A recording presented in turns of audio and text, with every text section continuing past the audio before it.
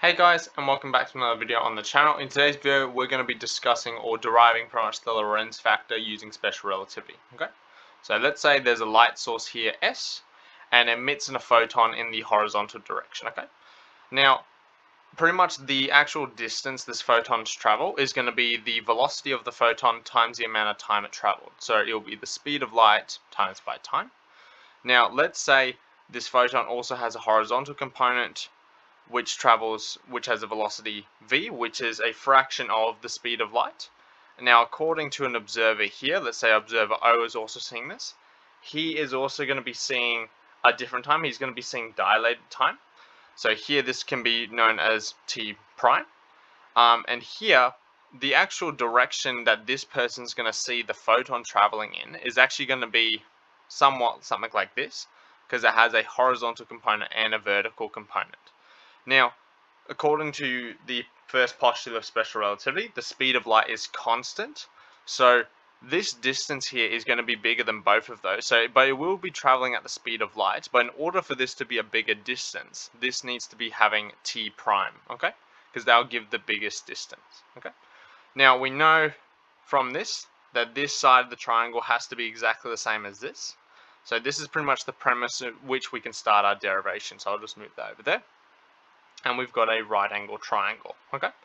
Now, we know that pretty much, dilated time, so the time that a stationary observer is seeing this, dilated time is equal to pretty much proper time, the time with the photon, times the Lorentz factor, aka gamma, okay? Therefore, this means that gamma is going to be dilated time over time, okay? Now here we can actually derive an expression for gamma from this triangle here. So if I were to move this across, because it's a right angle triangle, Pythagorean's theorem can apply. So a squared plus b squared equals c squared.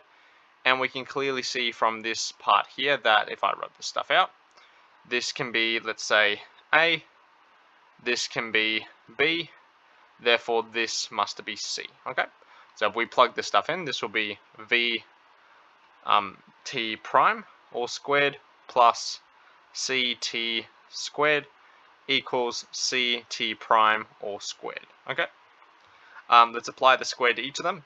So this will be v squared t prime squared plus c squared t squared equals c squared t prime squared. Okay, now let's try and get everything in terms of like significant variables. So here we can see we have a t prime here and a t prime here. So we want to try and get those terms together. So we're going to move this term to the other side. So here we'll have v squared t prime squared minus c squared t prime squared. And then we're going to move this guy across. So we'll have negative c squared t squared. Now we're going to divide everything now by negative c squared in this case here. So if we divide everything by negative c squared in this case here, it's going to cancel these two main negatives and make this term negative, so negative c squared. So we'll be left with pretty much, v squared t prime squared over negative c squared plus t prime squared equals just t squared here. We can see because they have this stuff in common, we can take that as a common factor. So if I were to take that out, we have t prime squared out of negative v squared over c squared plus 1 equals t squared. Now if we were to square root everything, so if I were to square root both sides of the equation, I'll just apply this operator to everything. So if I square root this and square root this, that square will cancel out, so we just have t prime.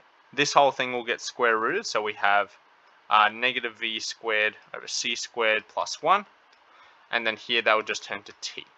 Now the Lorentz factor is t prime over t, so all we have to do pretty much is divide everything by this expression here. So I'm just going to rewrite this as 1 minus v squared over c squared, and divide it also on this side as well, so I'll just make that a bit smaller. Oh. Let's delete that, let's try that again. Divide everything by this, I'll just copy that, put that there. So that cancels out nicely there. And then while we're also doing that, divide everything by t. So that cancels out also on that side there. So here we get t prime over t is equal to 1 over the square root of 1 minus v squared on c squared. And from our definition up here, pretty much the Lorentz factor is t prime over t. So we can substitute this into there. So we get gamma, the Lorentz factor, is 1 over the square root of 1 minus v squared over c squared. And that's it.